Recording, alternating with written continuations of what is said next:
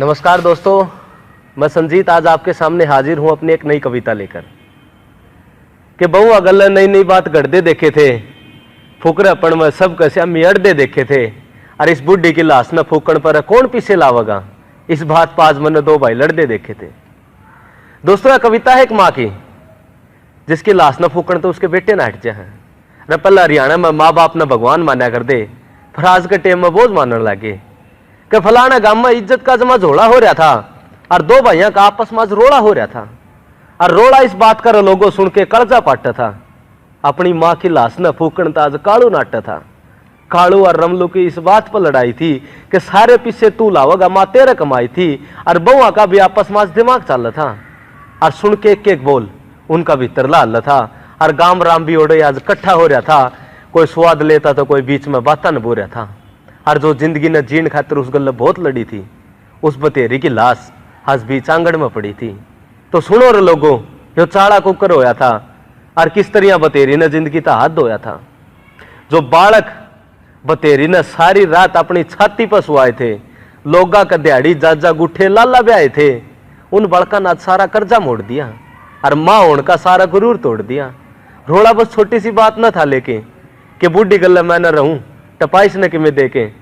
छोरा बोलिया, रीमा क्यों बेटे का घर न उजाड़ा है, मान ले मारा घर न क्यों बीच तो पाड़ा है। उस तरह भी बड़े का नहीं निराह कर दे, छोटे का चल जा, ठाकी खाटर को तुड़े रमलू का निरल जा। दीवार का कान लाए सारी बात रमलू सुना था और इस बला ने कुकर टाड़ू इसे से विचार बुना था। रमा ने छोटा राख्या करदा कालू वो टेम गया। और रमलू ने दीवार को ऊपर तसर करके कहा, रोटी दी हुआ कौन सी छोटी बात है, कि रोटी दी हुआ कौन सी छोटी बात है, क्यों बहु रुसा हुआ भाई ना मित्र, मेरी इतनी औकात है। पटोड़ी सोड और दरी कट्टे में गालन लगी, नीची नाड़ करे ठाकी खाट बथेरी चालन लगी। उसका दौरे बसी मशाला नोरा बचा था, जो कदे अपने हाथा तक काची माटी तर रचा था।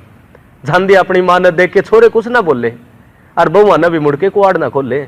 इबेकली बतेरी भूखी पड़ी पड़ी रोवती, हर करके याद पासले दिन अनवा आपा खोवती।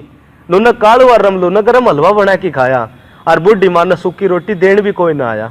टेंशन में पड़ी बतेरी मौत मांग थी, हर बना के रस्सी शाल की किकर कटांग थी। बतेरी का जी फांसी खान न कर रहा था और छोरे की बेइज्जती हो जाएगी इस बात तक डर रहा था। बालक घर बसा लियो, मेरी तो जिंदगी जा ली। और नूका के बतेरी ने खाट किकर नीचे सरका ली, मूंद के आंख घाल के शाल गेटी में लटक गई।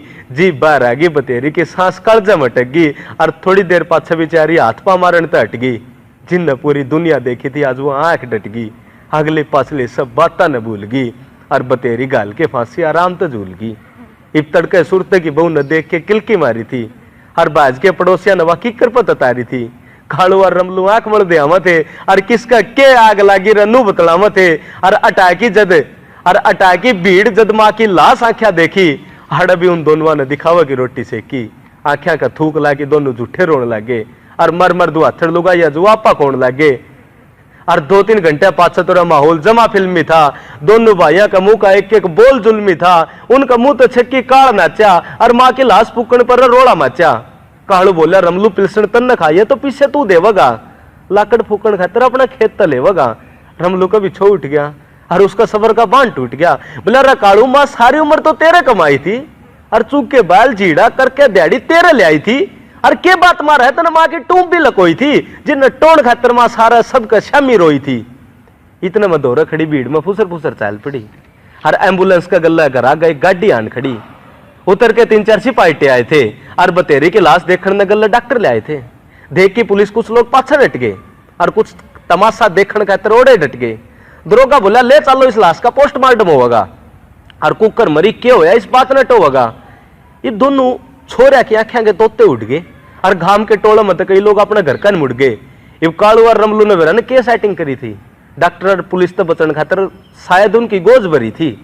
2 दिन बीत गए, बतेरी की लाश उल्टी गांव में ना आई और ना किसी ने जिक्र करे ना अखबार में छपाई। इब सारा गांव तड़के तो सांस थी लाश की बाट देखा था। कालू और रमलू के रोड़े की बात से कथा। इब कई काम करने लगे, कई गृहस्थी में रुड़ गए। लोग लाश और बतेरी दोनों न भूल गए। एक दिन बैठे में छात पर सोचने लग रहा था, अपनी अंगलियां के नाखून नोचने लग रहा था। इतने में मेरी निगाह मारे बेटोड़ा कान पड़ी और रात के 8 बजे गोबर का तासड़ा लिए मेरी माँ खड़ी।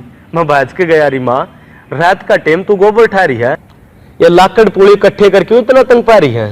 जो मेरी माँ ने गर्दन घुमाई थी, आंसुआ तबरी उसकी आंख नजर आई थी। बोली रे बेटा, मरण तो पहले मैं सारा जुगाड़ करूंगी, लाकड़ गोसे पुली सब इकट्ठे करके धरूंगी, और जब मैं मर जा मेरे गात का तमाशा ना बनाइयो रहा, और बिना रोड़ा करे मैंने फूकण जाइयो रहा। इतना कह के मेरी माँ रोन लगी और अपने आंसुओं तो मुंह ने धोने लगी। देख के माँ के आंसू मेरी आंखें में पानी आया, और माँ ना रो है, मेरे मुंह तो इतना ही बोल लेकर पाया। मैं उन बातों ने भूल के बाहर आ गया था, और बड़ा हो की माँ का गला सा रह गया था।